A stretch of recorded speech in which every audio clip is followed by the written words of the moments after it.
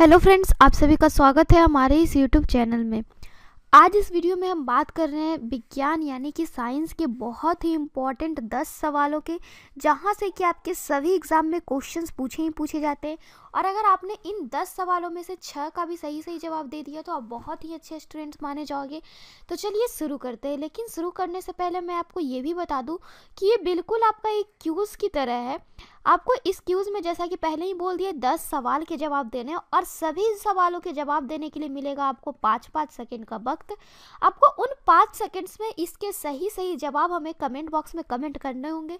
ऐसा आपको एक सवाल नहीं, सभी 10 सवालों के लिए 5-5 सेकेंड का वक्त मिलेगा। और आखिर में आपको ये भी कमेंट करने हैं कि आपने कितने सवालों के सही जवाब दिए थे। तो चलिए शुरू करते हैं। साथ ही साथ मैं ये भी बता दूं कि इसी तरीके के हम डेली आपके लिए क्यूज़ लाते रहते हैं। तो डेली क्यूज़ के लिए आप हमारे चैनल को सब्सक्राइब ज़रूर करें और सब्सक्राइब करने के बाद बेल आइकन पे ज़रूर प्रेस करें, ताकि हम जो भी वीडियोज़ अपलोड करें उसके आपको नोटिफिकेशंस टाइम टू टाइम मिलती रहे और आप हमारी एक भी वीडियो मिस ना करें। और आप इसी तरीके से हमारे डेली के क्यूज़ का भी लाभ उठाते रहें। आप इसे लास्ट तक ज़रूर देखो। आपको I am sure, I hope कि आपको बहुत ही ज़्यादा मज़ा आने वाला है इस क्यूज़ में। तो चलिए देखते हैं। हमारा सबसे पहला सवाल कह रहा है कि चंद्रमा से पृथ्वी तक आने में प्रकाश को लगभग कितना समय लगता है। कह रहा है कि मून लाइट जो है उसे अर्थ पर आने में जो टाइम लगता है वो कितना होता है। जो चंद्रमा की प्रकाश है उसे पृथ्वी तक आने में कितने समय लगते हैं, कितने सेकंड या कितने मिनट का समय लगता है। तो आपको 4 ऑप्शंस दिए गए हैं। इन चारों में से जो भी आपकी सही ऑप्शन लगे आप हमें कमेंट बॉक्स में कमेंट कर सकते हो। आपका समय शुरू हो रहा है अब।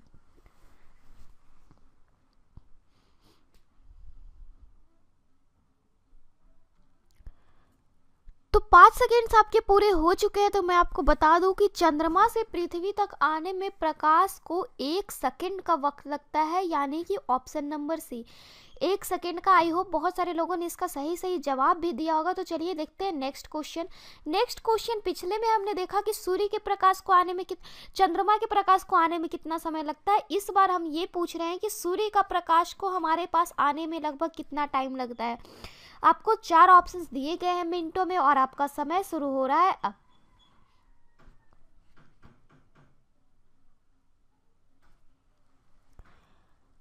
तो 5 सेकेंड्स आपके पूरे हो चुके हैं। तो मैं आपको बता दूं, सूर्य का प्रकाश यानी कि सनलाइट जो होता है उसे हमारे पास यानी कि अर्थ पर आने में 8 मिनट का समय लगता है, यानी कि आपका ऑप्शन नंबर ए के साथ चला गया। आई होप आप सभी लोगों ने इसके सही जवाब दिए होंगे।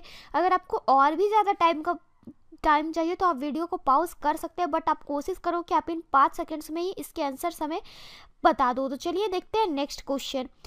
प्रकाश छोटे छोटे कणों से मिलकर बना होता है, जिसे क्या कहते हैं। आप सभी को पता है कि प्रकाश यानी कि लाइट जो है स्मॉल पार्टिकल से मिलकर बना होता है। आप जब कहीं से लाइट आ रही होगी कोई सोर्स से तो आप उसे गौर से देखोगे तो आपको कुछ पार्टिकल्स दिखाई देंगे।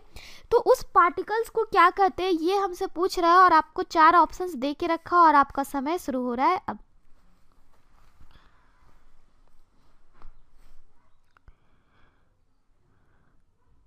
तो 5 सेकेंड्स आपके पूरे हो चुके हैं। तो मैं आपको बता दूं कि प्रकाश यानी कि लाइट जिन स्मॉल पार्टिकल्स से मिलकर बना होता है उसे हम कहते हैं फोटोन, यानी कि ऑप्शन नंबर डी। नेक्स्ट है हमारा सवाल नंबर 4। कह रहा है प्रकाश तरंग किस प्रकार की तरंग है। कह रहा है कि जो लाइट वेव होती है वो किस प्रकार की वेव होती है। अनुप्रस्थ होती है, अनुदैर्घ्य या होती है, या दोनों तरह की तरंगे होती है, या फिर इन दोनों में से कोई नहीं होती है। तो आपका समय शुरू हो रहा है अब।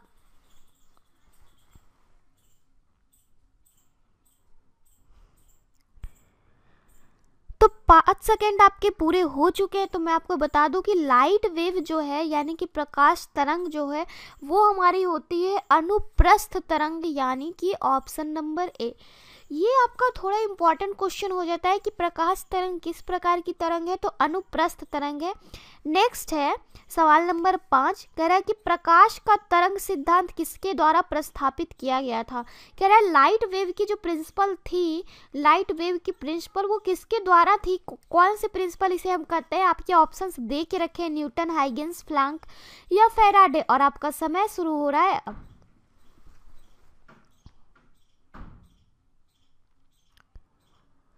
तो 5 5 सेकेंड्स आपके पूरे हो चुके हैं, तो मैं आपको बता दूं प्रकाश का तरंग सिद्धांत यानी कि लाइट वेव प्रिंसिपल जो है वो हाइगेंस के द्वारा प्रस्तावित किया गया था, यानी कि ऑप्शन नंबर बी। आपको पढ़ने का भी रहता है 11-12 में हाइगेंस प्रिंसिपल, तो ये हाइगेंस के द्वारा प्रस्तावित किया गया था। नेक्स्ट है सवाल नंबर 6 कह रहा है कि निम्नलिखित में से कौन सी प्रघटना यह निर्णय लेने में सहायक होती है कि प्रकाश एक अनुप्रस्थ तरंग है। ऊपर हमने देखा कि प्रकाश यानी कि लाइट वेव जो है अनुप्रस्थ तरंग है, तो हमसे पूछ रहा है कि नीचे आपको 4 ऑप्शंस दिए गए, इनमें से कौन सी घटना के कारण हम आसानी से यह कह देते हैं कि लाइट जो है एक अनुप्रस्थ तरंग होती है।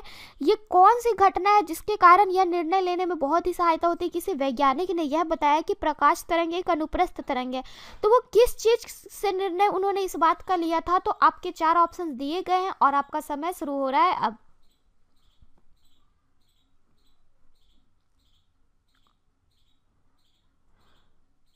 तो 5 सेकेंड्स आपके पूरे हो चुके हैं, तो मैं आपको बता दूं कि वह प्रघटना जो यह निर्णय लेने में सहायक होती है कि प्रकाश एक अनुप्रस्थ तरंग है, उस प्रघटना का नाम है ध्रुवीकरण, पोलराइजेशन, यानी कि ऑप्शन नंबर सी। पोलराइजेशन के कारण ही हम आसानी से कह देते हैं कि लाइट वेव जो है एक अनुप्रस्थ वेव है। नेक्स्ट है हमारा सवाल नंबर 7, कह रहे कि प्रकाश के विद्युत चुंबकीय स्वरूप की खोज किसने की। कह रहे प्रकाश के जो इलेक्ट्रोमैग्नेटिक रूप है उसकी खोज किसने की थी। आपके ऑप्शंस दे के रखे, स्नेल, न्यूटन, मैक्सवेल या यंग, और आपका समय शुरू हो रहा है अब।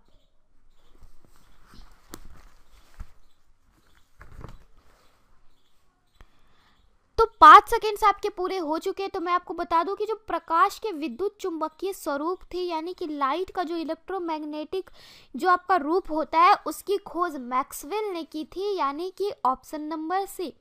नेक्स्ट है इसी तरीके से सवाल नंबर 8, कह रहा है किसने सर्वप्रथम यह दिखलाया कि प्रकाश तरंगों का विवर्तन होता है।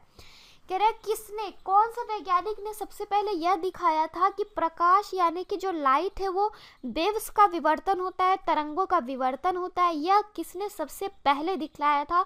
तो आपके 4 ऑप्शंस दिए गए हैं और आपका समय शुरू हो रहा है अब।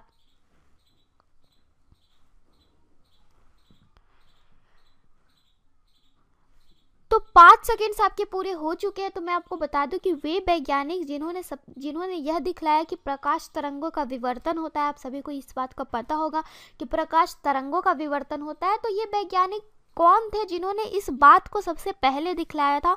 तो वो उस वैज्ञानिक का नाम था ग्रेमाल्डी, यानी कि ऑप्शन नंबर ए।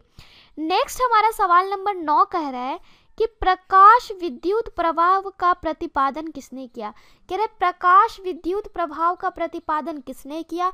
आपको 4 ऑप्शंस दिए गए हैं, कॉम्पटन, मैक्सवेल, आइंस्टीन या न्यूटन, और आपका समय शुरू हो रहा है अब।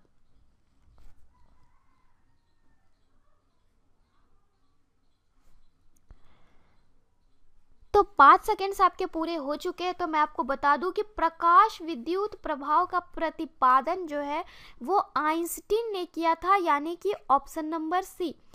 अब है हमारे सबसे आखिरी सवाल की बारी, सवाल नंबर 10।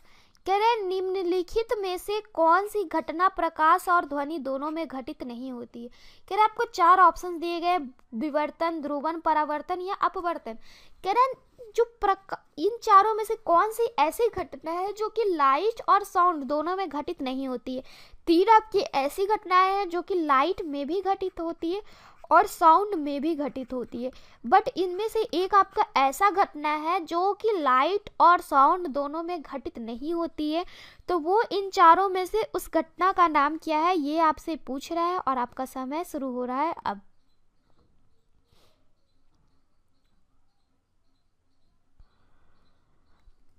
तो 5 सेकेंड्स आपके पूरे हो चुके हैं, तो मैं आपको बता दूं कि वह घटना जो कि प्रकाश और ध्वनि यानी लाइट एंड साउंड दोनों में घटित नहीं होती है, उस घटना का नाम है आपका ध्रुवन, यानी कि ऑप्शन नंबर बी, जिसे हम पोलराइजेशन कह सकते हैं। यह जो है हमारी दोनों चीज़ों में नहीं घटित होती है, ये आपको प्रकाश और ध्वनि दोनों में घटित नहीं होती है, तो हमारा आंसर चला जाएगा ध्रुवन के साथ। तो आज के लिए बस इतना ही। आई होप आपको इस क्यूज़ में बहुत ही ज़्यादा मज़ा आया होगा और आपने ज़्यादा से ज़्यादा क्वेश्चंस के जवाब हमें कमेंट बॉक्स में कमेंट भी किए होंगे। तो मैं आपको फिर से याद दिला दूं कि आपने कितने क्वेश्चंस सही आंसर किए, वो भी हमें ज़रूर कमेंट बॉक्स में कमेंट करें। तो आज के लिए बस इतना ही। Then bye and thanks for watching this video.